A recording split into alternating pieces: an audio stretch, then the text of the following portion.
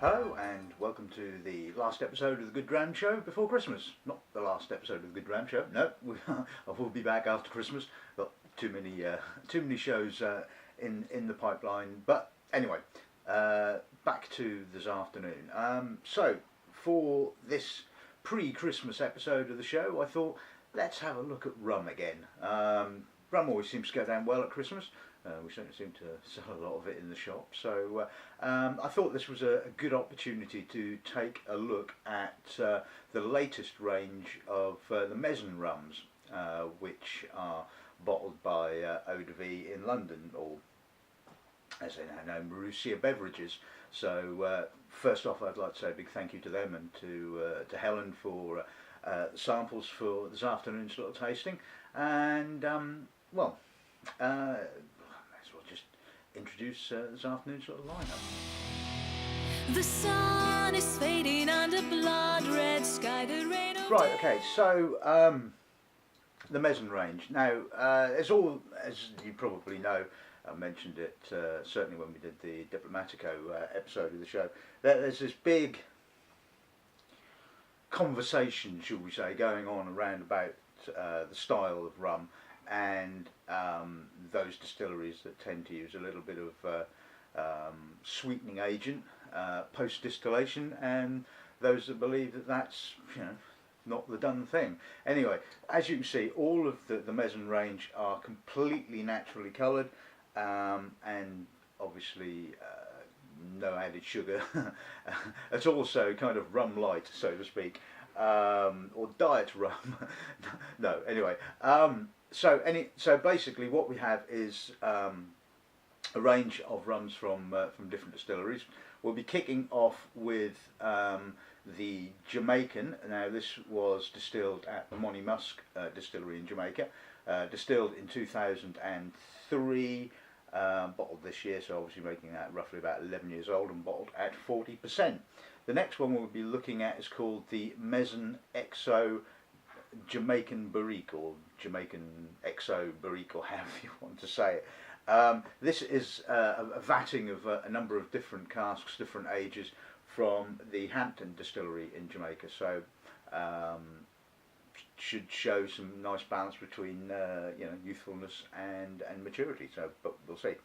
The next one we're going to be looking at is the Trinidad, which comes from the Caroni distillery.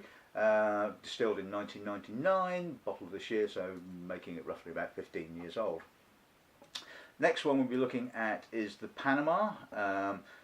This was distilled at 40%, by the way. This is distilled, or bottled I should say, at 42.2, which seems to be the odd one out in the range, but anyway, we'll get to that.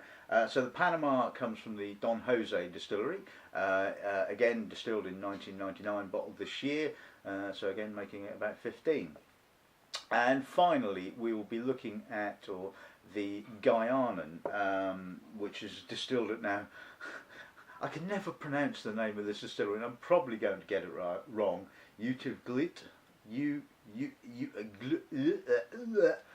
That distillery, the one beginning with U and ending in lut, this was distilled in 1998, I should say, although it says 88 on the label. 1998, bottled this year, so thus making it about sort of 16 years old. So, as you can see, an interesting array of colours. Certainly, the youngest spirit showing very little oak interaction, but obviously we will get there in a minute. So. Let's make a start with the Jamaican.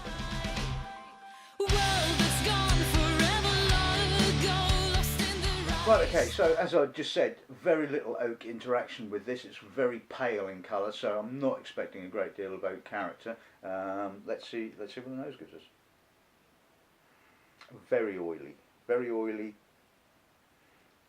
Guyanan-like in character to me. It's got that high-toned, slightly off the still, oily dried fruits. It's almost, like I say, I think it's a ringer for and certainly if I was tasting this blind, I wouldn't have guessed this to be a Jamaican rum. It's certainly got hasn't kind of got the broadness that you would normally associate with Jamaican rums, but that could be down to its relative youthfulness. I mean, it's got a nice oiliness to it, and I do like this kind of character, but I think it's just a little bit too young. It hasn't really developed. There's a little floral note there, but it's very, very young, and I'm getting a lot of that, like I said, that high tone kind of character. So, palate.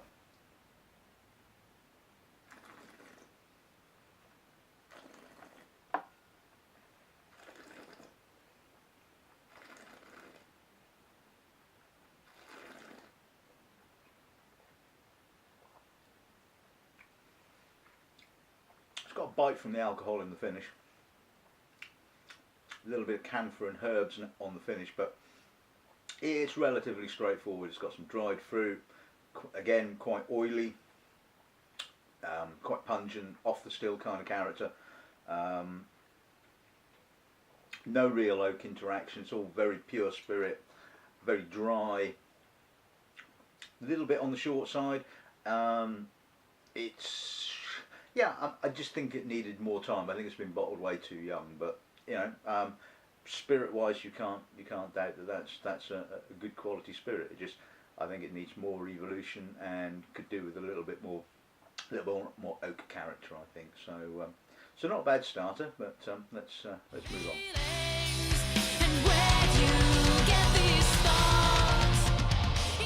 Right, okay, and on to the Jamaican XO Barrique. Now, this is not the first range that of Mezan Rums that have been released. They released the first batch a couple of years ago now, I think it was, and that time they did a Jamaican XO Barrique as well, and I remember it being too young, and although it was, like I said, vatting of different age spirits, I didn't think there was quite enough older spirit in the blend, if memory serves me correct. Could be wrong, but anyway, enough about that. Let's have a look at the current bottling then, shall we?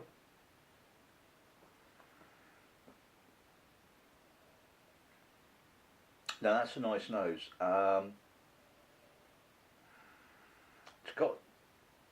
It's got some complexity. It's got some, at the core of it, you can.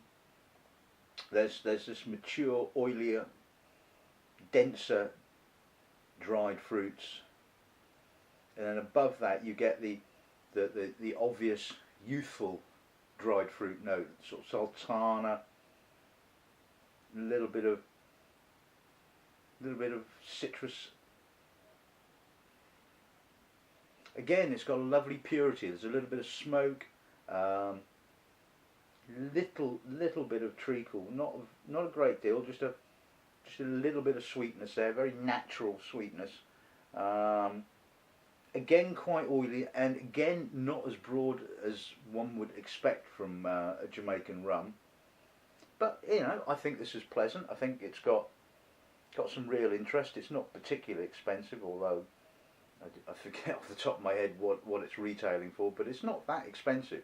And it's got some nice sort of banana skinny kind of notes, you know, pleasant dried fruit, nice balance of youth and maturity. Yeah. Palate.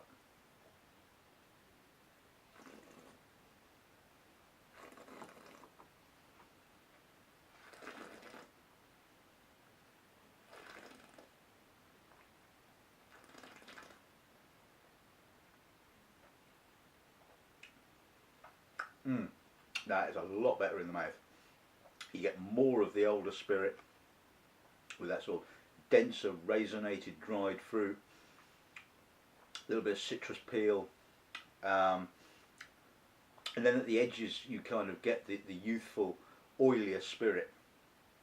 A little bit of spice, a little bit of chocolate.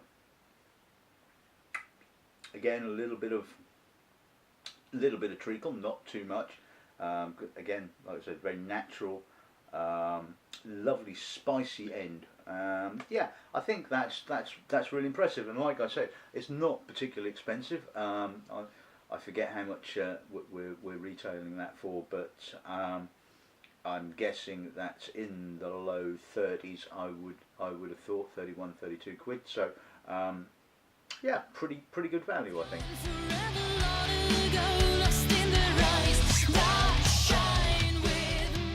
Okay, and moving on to the Trinidad from the Caroni distillery. Let's see what the nose gives us on this. Whoa, smoky, almost peat smoke, and a little bit of coal smoke as well.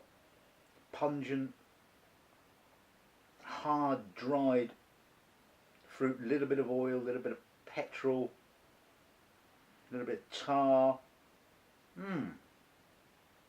Unusual. Wasn't expecting that. Really bold, generous, broad, plenty of dried fruit. That's a very impressive nose, I think. Like I said, really quite unusual. Wasn't expecting all that kind of sort of smoke and almost kind of peatedness, but it's a big, oily, almost petrol-y kind of nose. Bit of straw. It's very natural, and I think that's one of the, which I probably mentioned when I did the Trois Rivieres episode of the show. What I like about this style of rum, and I like all rum. I like Diplomatico. You know I like Diplomatico. I like Angostura. I like Ron Zacapa. I like the sweet rums, and so do an awful lot of other people. But I like this style of rum as well. You know, I think maybe I have a bit more of a preference for this, the purity of this kind of style of rum, and I think each personally has its place, and I like this. This is a really interesting, intriguing nose. A little bit of violets now. It's got some lovely complexity. It's a sort of nose that you need to take time with and just sort of sniff and get below the skin, so to speak. But yeah, I like this. This is very good. Palate.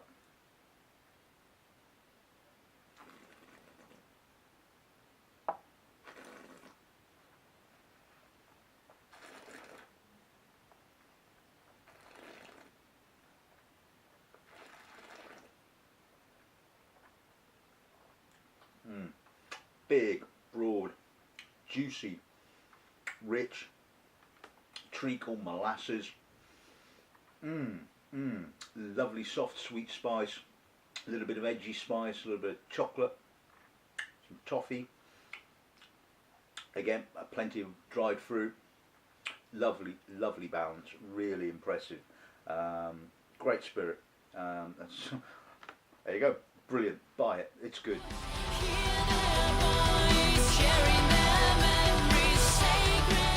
And moving on to the Panama. Now, remember the last range of bottlings, or the first range of bottlings they did, that the Panama that they bottled was probably the best of the lot. Well, yeah, I think it was actually. It was certainly one of my favourites. I know they did a quite an older bottling as well. But I remember the Panama being very good and quite popular, if memory serves me correct. So let's see if this is as good as the last one.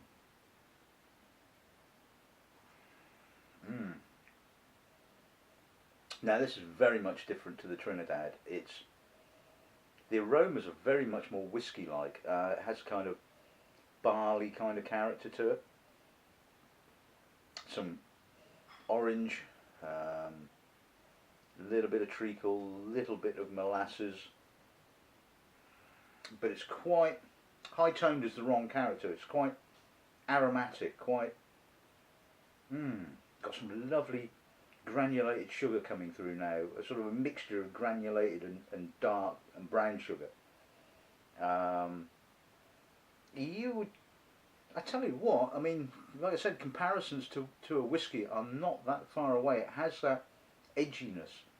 Maybe a sort of possibly even, yeah, a grain whiskey. It has that light, elegant dried fruit, but depth. It has some lovely depth to it. A little bit of spice, nice sweetness.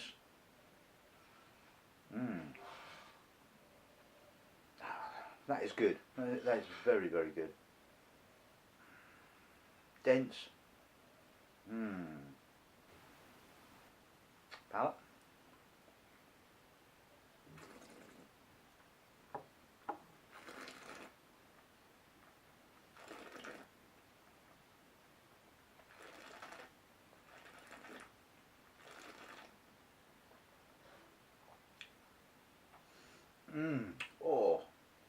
Oh, what a lovely finish. Really nice, sultanery, juicy, like dates, dried fruit. And again, like I say, I think comparisons with a grain whiskey are pretty apt. It has that gentle oak kind of character, which adds a little bit of vanilla and certainly gives it some body and some weight. Lovely sweetness, but not too sweet. But that extra sort of couple of percent seems to sort of like, you know, just really give it some lift. And maybe I would have opted to bottle these at 46%, but then, you know, I must admit I didn't have the raw materials, so it's difficult to say how these would have been better. Maybe sort of that if they'd have been bottled at 46%, maybe they would have been too alcoholic, too dry, because they're not particularly sweet. And I think if you're going to bottle certainly a rum at a higher ABV, you need some sugar, some sweetness to kind of like counteract the elevated alcohol, or sometimes vice versa. You need the elevated alcohol to counteract the sweetness. So these are not overly sweet, and although this has a sort of a nice richness to it, it's a sort of very natural sweetness. Not quite a sugarcane sweetness. It's certainly more in the molassy, treacly kind of sweetness. But I think the balance is really, really nice and really full-bodied and really very, very nice.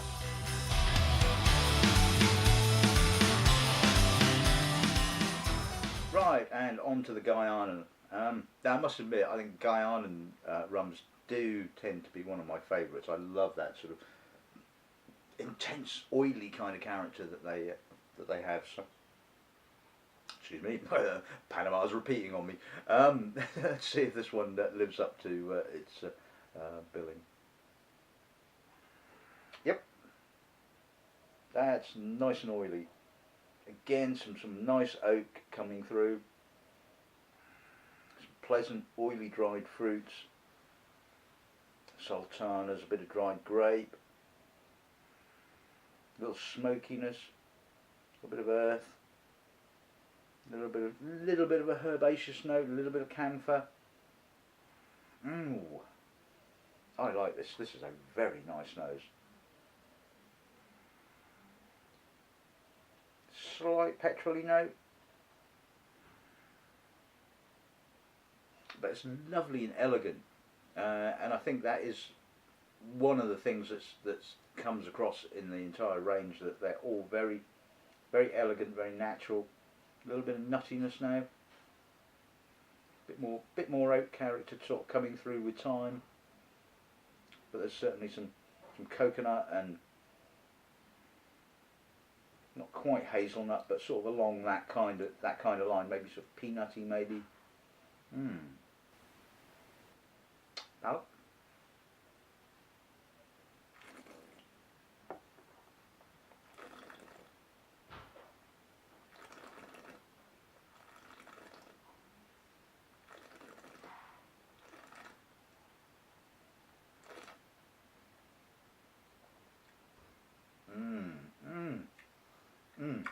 That's a finish. Lovely herbal, camphor, little bit of medicinal, just that sort of little bit, which gives it a kind of an edge. Some molassy fruits, dried fruits, bit of chocolate, bit of almost cocoa powder. It's got a lovely sort of dark chocolatey kind of finish. Again, quite oily, quite broad again for certainly for a Guyanan. They do tend to be a little bit more sort of narrower in their sort of flavour profile sometimes, but this has definitely got some weight, some broadness. Yeah, I like that. I love the lingering herbal notes, the lingering camphor. Yeah, that's pretty good.